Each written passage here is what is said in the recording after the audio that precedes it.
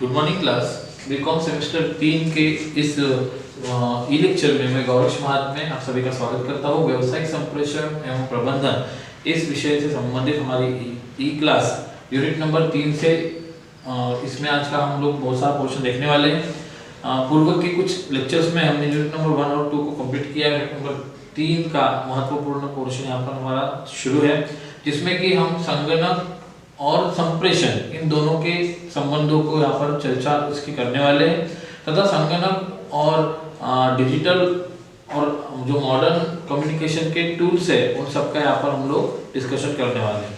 तो देखिए, व्यावसायिक संप्रेषण एवं प्रबंधन इस विषय में हमें मुख्य रूप से संप्रेषण और उससे संबंधित सभी संकल्पनाओं पर आधारित जो चीजें उन सबको देखना है। तो संप्रेषण में संगणक का जो महत्व है, उसकी जो भूमिका है, उसका जो रोल है वो ऐसा अभिन्न है, उसको हम लोग अलग नहीं कर सकते। और आज के मॉडर्न युग में, आधुनिक जग में अगर हम देखें तो विदाउट कंप्यूटर हम लोग कम्युनिकेशन नहीं कर सकते। तो कम्युनिकेशन का अविभाज्य अंग है संप्रेषण, का अविभाज्य अंग है संगणक। तो इस कंप्यूटर से संबंधित जानकारी हमें यूनिट नंबर 3 में दी हुई है। यूनिट नंबर 3 में कंप्यूटर और अलग अलग सॉफ्टवेयर्स के माध्यम से जो कम्युनिकेशन प्रोसेस हम लोग करते हैं, कम्युनिकेशन के बहुत सारे टूल्स जो विकसित हुए हैं उसके बारे में जानकारी दी हुई है, जो कि हमारे भविष्य के जीवन में भी लाभप्रद है तथा हमारे परीक्षा की दृष्टि से भी इस पर जो प्रश्न है वो पूछे जाते हैं। तो देखिए, संप्रेषण में संगणक की भूमिका, संप्रेषण में संगणक की भूमिका हम लोग देख रहे हैं कि किस प्रकार से संप्रेषण की क्रिया में, संप्रेषण की प्रक्रिया में संगणक ये यूजफुल है, वो उपयोगी है।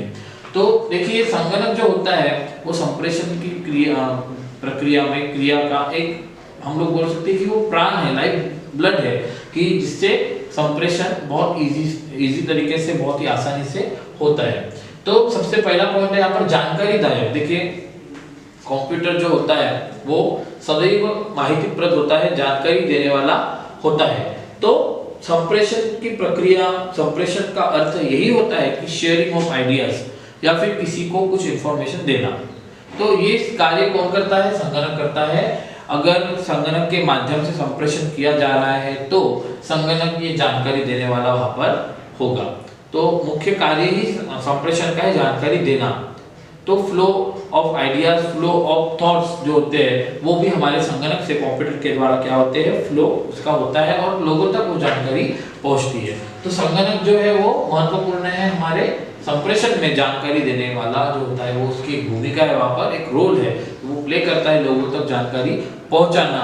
अलग अलग मेल के माध्यम से बोलिए या फिर हम लोग बोल सकते हैं कि उसका जो मॉनिटर है उसके द्वारा वो प्रेषित होती है वहां पर जानकारी, तो वो वहां पर जानकारी देने वाला होता है एज ए इन्फॉर्मर। वहां पर हम उसका रोल देख रहे हैं। उसके बाद नंबर 2 है आंतरिक एवं बाह्य उपयोग। देखिए, किसी भी व्यवसाय में 2 चीजों से उस व्यवसाय का एनवायरनमेंट बनता है। एक होता है इंटरनल और एक्सटर्नल। तो इंटरनली और एक्सटर्नली दोनों ही जगहों पर संगणक कम्युनिकेटर की भूमिका निभाता है हमेशा।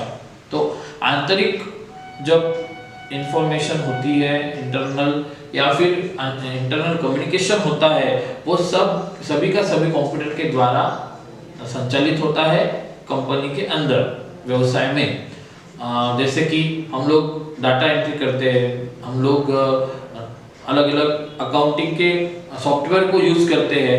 तो एक व्यक्ति ने अगर कुछ एंट्री कर दी तो हमारे व्यवसाय में, हमारे कंपनी में जितने भी लोग काम कर रहे हैं वो सब उस जानकारी को देख सकते हैं, वो उसमें इनपुट भी कर सकते हैं, उसको देख भी सकते हैं, उसमें कम ज्यादा भी वो कर सकते हैं। तो ये इंटरनल कम्युनिकेशन में ये काम आ रहा है हमारा कंप्यूटर। साथ ही में एक्सटर्नल के लिए, मतलब बाहर जब के लिए, बाहरी लोगों के लिए क्रेडिटर्स है, कस्टमर्स है, प्रोस्पेक्ट्स है, जो भविष्य में कस्टमर बनने वाले हैं, उन सभी के लिए भी कंप्यूटर के द्वारा क्या हो सकता है, अलग अलग एडवर्टाइजमेंट है या फिर जानकारी है, शेयर होल्डर्स है, इन सबको आंतरिक और बाह्य दोनों ही प्रकार के एनवायरनमेंट में उपयोगी ऐसा ये संगणक होता है। नंबर 3 है दीर्घकालीन स्मरण। देखिए, कंप्यूटर के द्वारा क्या होता है, एक सामान्य व्यक्ति की याददाश्त बहुत लंबी नहीं होती। वो 3-4 दिन की चीज़ों को याद रख सकता है। अगर बहुत अच्छा IQ है तो कुछ सालों की चीज़ों को याद रख सकता है, परंतु पॉइंट टू पॉइंट और वर्ड टू वर्ड अगर चीज़ों को हमें याद रखना है या फिर उसको कहीं पर जमा करके रखना है तो वो एकमात्र टूल है कंप्यूटर। तो कंप्यूटर के द्वारा दीर्घ काल के लिए जानकारी को हम लोग क्या कर सकते हैं, सेव करके रख सकते हैं, भविष्य में वो हमारे उपयोग में आएगी। साथ ही में दीर्घ काल के लिए कोई मनुष्य के मस्तिष्क में जो जानकारी है वो बहुत सारे दिनों तक नहीं रह सकती। तो कंप्यूटर के द्वारा इसका एक एडवांटेज है, उसका एक रोल है कि वो क्या करता है, बहुत सारे दिनों तक बहुत सारे समय के लिए वो जानकारी को अपने अंदर सेव करके रख सकते हैं उसके अंदर। तो ये हो गया नंबर 3। नंबर 4 है उच्च प्रतिमा। देखिए कंपनी जो व्यवसाय होती है उसकी जो प्रतिमा होती है, उसकी इमेज होती है, गुडविल होती है, तो ये जो है वो किस कारण से बिल्ड होती है, उसके इंटरनल एक्सटर्नल वर्क से। और कंप्यूटर एक स्टैंडर्ड को दर्शाता है। अगर कंप्यूटर के द्वारा अगर ज़्यादा से ज़्यादा हम लोग काम कर रहे हैं किसी संस्था में या फिर किसी व्यवसाय में, तो डेफिनेटली वो एक स्टैंडर्ड को शो करता है। और उसके कारण क्या होगा, उसके कारण कंपनी की जो इमेज है, कंपनी का जो गुडविल है, वो क्या होगा, वो बिल्ड होगा, वो ग्रो होगा।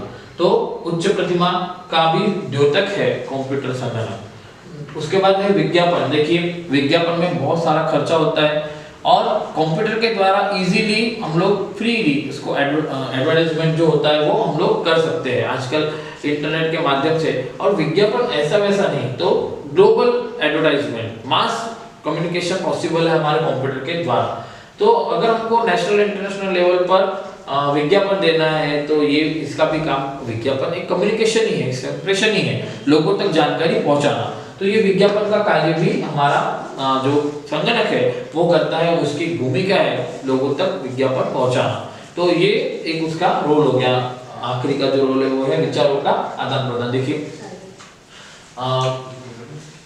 सामान्य रूप से क्या होता है, कंपनी में बोलिए या फिर किसी व्यवसाय में काम करने वाले जो लोग होते हैं वो सभी अपने विचारों के साथ काम करते हैं, पर बहुत बार उनका ऐसा मानस होता है कि उनके भी विचारों को कुछ जगह मिले, कंपनी में व्यवसाय में उनके भी विचारों को कुछ जगह मिले।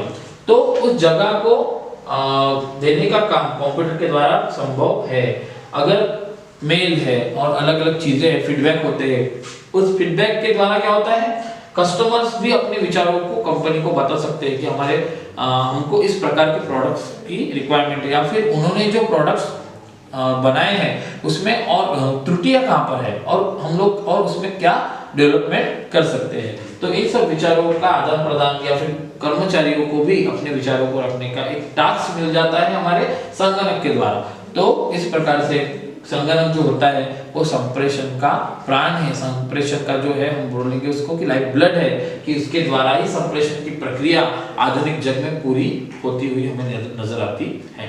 अगर हम उस संप्रेषण में से संगणक को निकाल दे तो 80% कम्युनिकेशन ही खत्म हो जाएगा आज के आधुनिक वर्ल्ड में, क्योंकि मेल और बहुत सारी ऐसी सोशल वेबसाइट्स है और इंटरनेट आदि के द्वारा जो कम्युनिकेशन आज के दौर में हो रहा है, नेशनल इंटरनेशनल लेवल का जो कम्युनिकेशन, ग्लोबली जो कम्युनिकेशन हो रहा है, वो शायद ही किसी अन्य टूल के द्वारा होता हो।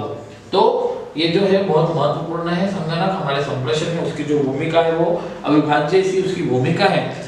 उसके बाद हम लोग दूसरा पॉइंट यहाँ पर देखने वाले हैं, संगणक का महत्व, इंपॉर्टेंस ऑफ कंप्यूटर जो है हमारे संप्रेषण में।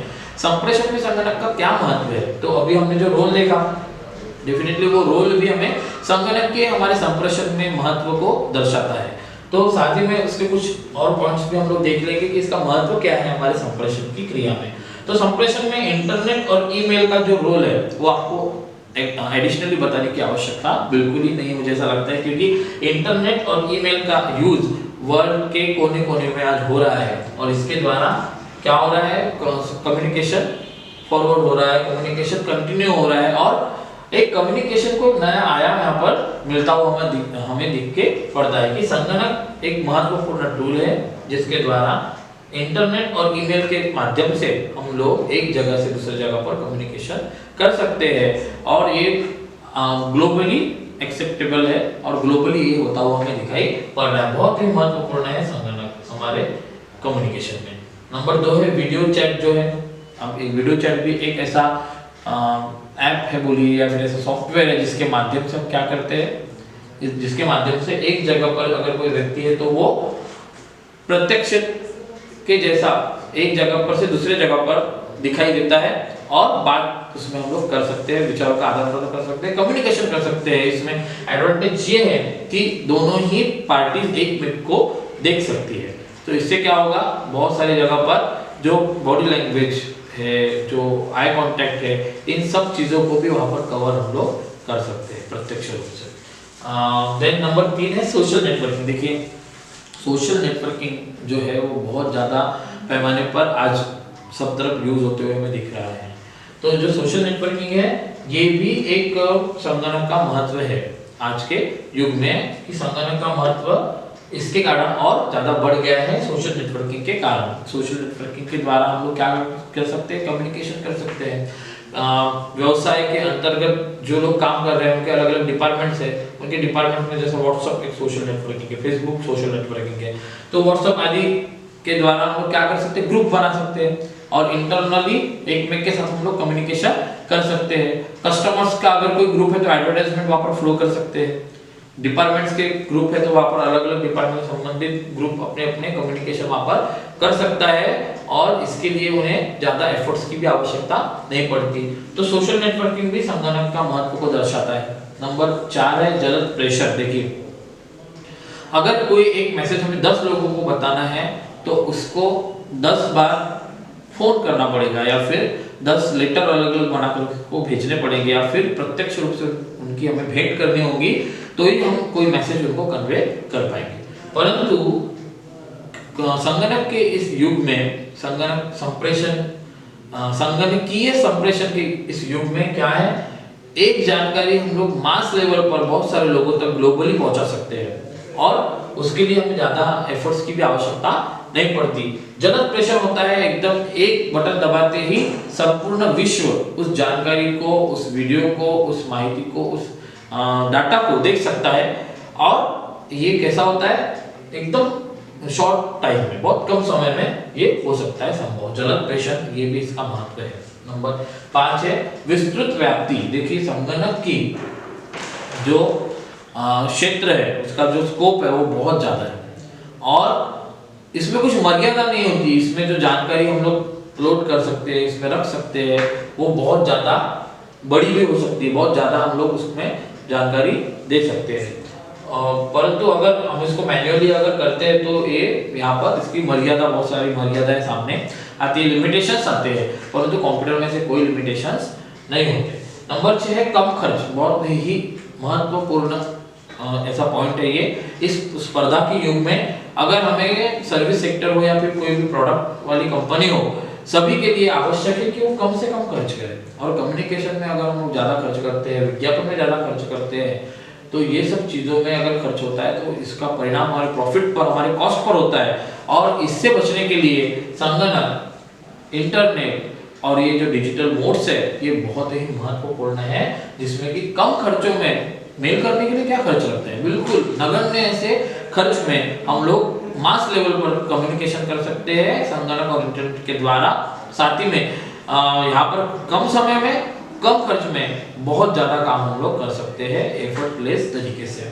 नंबर 7 है कार्य क्षमता में बढ़ोतरी। देखिए डेफिनेटली अगर इतनी सारी एडवांटेजेस हमको मिल रही है तो हमारे वर्क के क्वालिटी में उसका परिणाम पड़ने वाला है। तो एक व्यक्ति अगर उस 10 यूनिट काम कर रहा हो और उसको अगर ये सब चीजें मिलती है तो डेफिनेटली उसका जो यूनिट है वो 20 हो जाएगा, क्योंकि काम करने में उसको बहुत सारे सपोर्ट यहाँ पर मिल रहे हैं। उसको डायरेक्टली किसी को बताने की आवश्यकता नहीं पड़ी, बहुत सारी जानकारी लिख के रखने की आवश्यकता नहीं पड़ रही है, उसके कंप्यूटर में वो सेव है। ऐसे बहुत अगर सभी क्षेत्र के बारे में सोचे तो डेफिनेटली उस व्यक्ति की कार्यक्षमता में क्या होगी, बढ़ोतरी होगी और आउटपुट जो निकलने वाला है वो क्वालिटीफुल रहेगा और साथ ही में ज्यादा क्वांटिटी का भी रहेगा। तो कार्यक्षमता में कंप्यूटर के द्वारा क्या होता है, बढ़ोतरी होती है, इसका एक महत्व है। तो आज हमने संप्रेषण में संगणक की भूमिका देखी, साथ ही में संगणक का महत्व हमारे संप्रेषण में क्या है इसकी जानकारी देखी। डेफिनेटली आपको बहुत अच्छे से समझ में आया होगा। इस जानकारी को आप एक बार अच्छे से रिव्यू कर लीजिए। साथ ही में आवश्यकता होने पर इसे लिखकर भी आप अपने नोटबुक में रख सकते हैं। इसके नेक्स्ट लेक्चर में हम इसका नेक्स्ट क्वेश्चन देखेंगे और हमारे क्लास को कंटिन्यू करेंगे। Thank you.